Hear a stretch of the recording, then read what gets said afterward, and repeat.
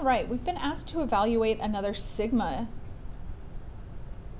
with factorials in it, and we want to round our answer to 5 decimal places. So this is going to change how I use my calculator a bit to ensure that I get decimals when I go in to create my summation.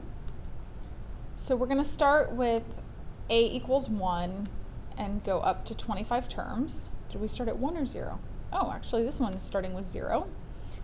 And remember, this is not our term number here, so we can start with 0. It's talking about which number we plug in first, and that number that we plug in first creates the first term.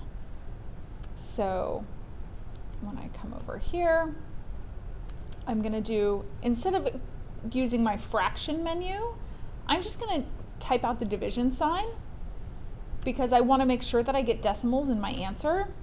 Although going to 25 I probably would anyhow. But just to ensure it, I'm going to say 1 divided by, I'm using the letter A here, and then I know I can get my factorial symbol from my shortcut menu.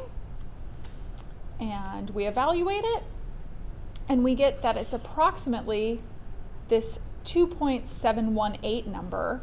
And in the past, we've done this unit after our logs and exponents unit.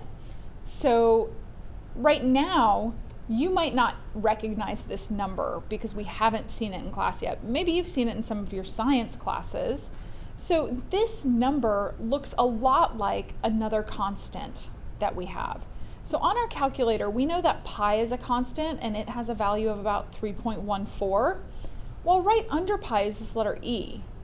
It's another constant, much like our I is square root of -1.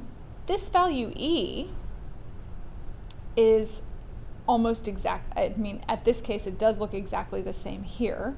So this value, or this number e, is another value that is a constant, and it can be approximated with this summation.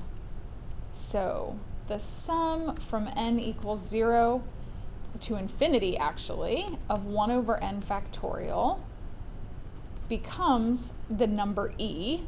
This number is, we call it the natural number, and we're going to see it often as we continue through this course. But right now, it's enough to know that e has a value that's approximately 2.718. Let's see, I wanted 5 decimal places, 28.